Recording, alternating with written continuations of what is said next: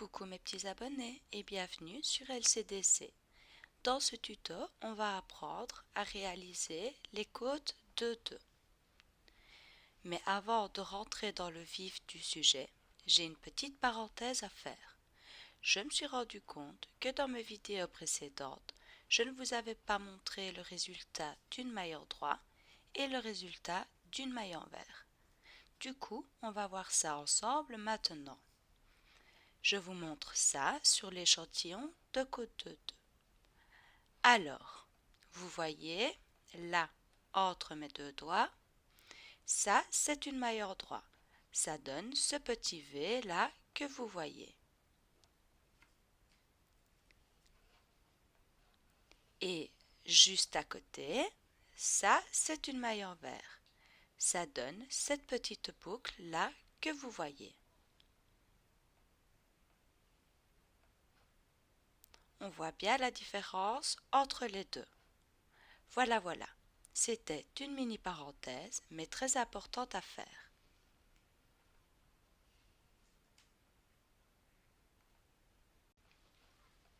Maintenant, revenons à notre sujet. Alors, c'est quoi les codes de 2? Les codes de 2, en fait, c'est une alternance de 2 mailles en droit et de 2 mailles envers sur un même rang. Et c'est le fait aussi de commencer tous les rangs impairs par 2 mailles en droit et de commencer tous les rangs pairs par 2 mailles envers. Ça va vous donner des sortes de petites colonnes en relief avec les mailles en droit vers l'avant et les mailles envers vers l'arrière. Et c'est cette alternance de mailles qui vous donnera une certaine élasticité. C'est pour ça qu'on utilise souvent les côtes pour le bord des pulls ou le bord des manches. On l'utilise aussi pour commencer le poids jersey, car vous vous êtes rendu compte que le jersey avait tendance à rouler. En faisant un bord en côte de 2, votre jersey ne roulera plus. Avant qu'on commence les explications, je vous conseille vivement de compter vos rangs. Au début, c'est primordial de compter vos rangs pour les côtes de 2, car vous risqueriez de vous y perdre. Vous pouvez faire comme moi, en les inscrivant sur un bout de papier ou avec un compteur de rangs. C'est pareil. Mais bon, fini le blabla, on passe à la pratique. Comme toujours, avant de commencer à travailler, il faut monter vos mailles. À ce propos, pour travailler les côtes de 2, il vous faudra un nombre multiple de 4 plus 2. Alors, ça veut dire quoi? Ça veut dire que votre nombre de mailles doit se trouver dans la table de multiplication de 4 et que vous rajouterez 2 à ce même nombre. Donc, ici, j'ai monté 26 mailles.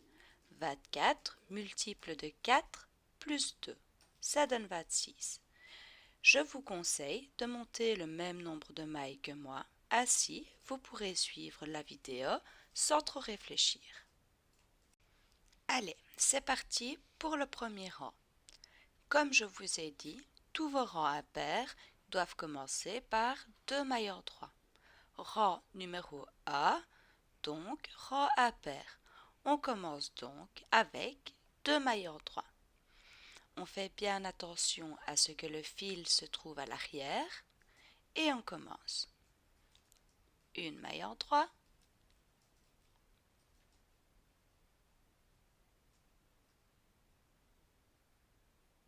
deux mailles en droit.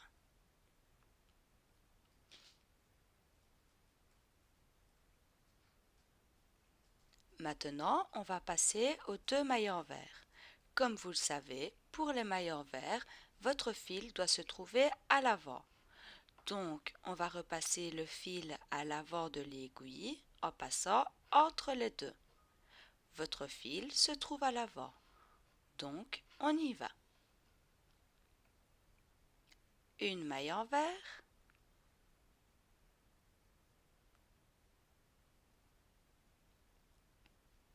deux mailles envers.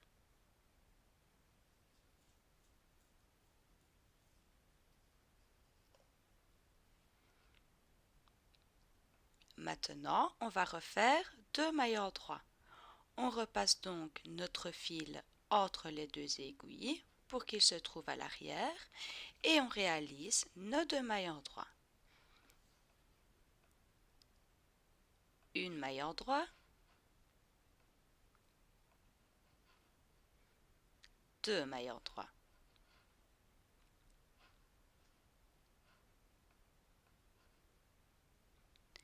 Comme vous l'avez compris, maintenant on va recommencer avec 2 mailles envers. Donc on repasse le fil à l'avant et on réalise les 2 mailles envers. Une maille envers,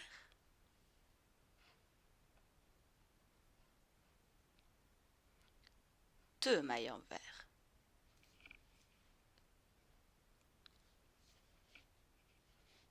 Et on continue comme ça tout au long du premier rang. Avant de vous laisser continuer le rang, revenons 2 minutes sur ce que nous venons de tricoter. On peut déjà bien distinguer la différence entre les mailles en droit et les mailles envers. Maille en droit, petit V, maille envers, petite boucle. Petit V, maille en droit, petite boucle, maille envers. C'est important de réussir à les distinguer parce que si par hasard vous veniez à être perdu dans votre tricot et que vous ne savez pas si vos prochaines mailles seront des mailles en droit ou des mailles envers, il faut pouvoir vous repérer. Si vous savez distinguer les deux sortes de mailles, vous n'avez qu'à regarder les 2 mailles précédentes et faire en fonction. Ici, je viens de faire 2 mailles envers. Donc, mes 2 prochaines mailles seront des mailles en droit. Je vous laisse continuer et on se retrouve pour la fin du rang. On se retrouve pour la fin du rang.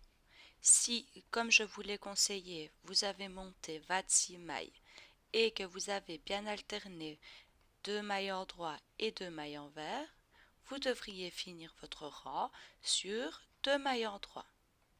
On repasse le fil vers l'arrière et on termine nos 2 dernières mailles. Une maille en droit, 2 mailles en droit.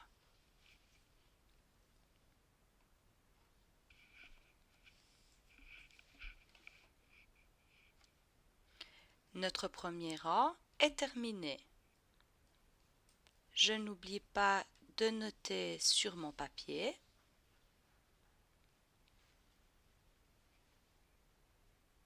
On retourne notre aiguille et c'est parti pour le deuxième rang. Comme je vous l'ai dit, tous nos rangs pairs vont commencer par 2 mailles envers. Rang 2, donc pair. On commence par 2 mailles envers.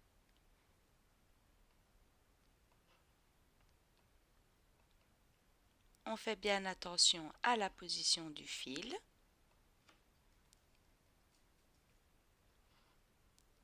Et c'est parti. Une maille envers,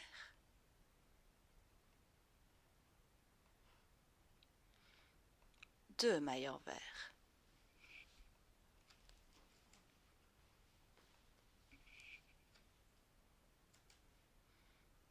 On passe le fil à l'arrière et on fait nos 2 prochaines mailles. Une maille en droit, 2 mailles en droit.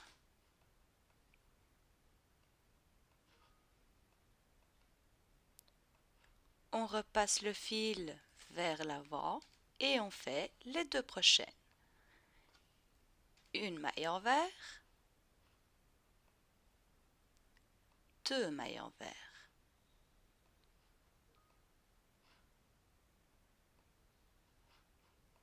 Et on continue comme ça et on se retrouve pour la fin du rang.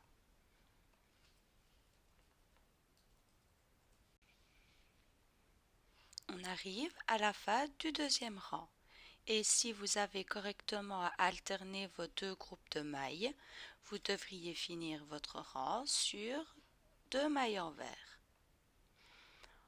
On passe le fil à l'avant et on finit les 2 dernières mailles. Une maille envers, 2 mailles envers.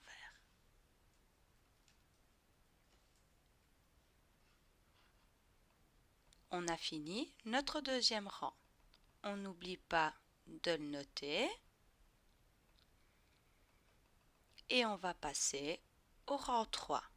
Donc, à paire. Donc, on commence par 2 mailles en 3. Et ça va être comme ça tout le long de vos côtes de 2. Je répète une dernière fois.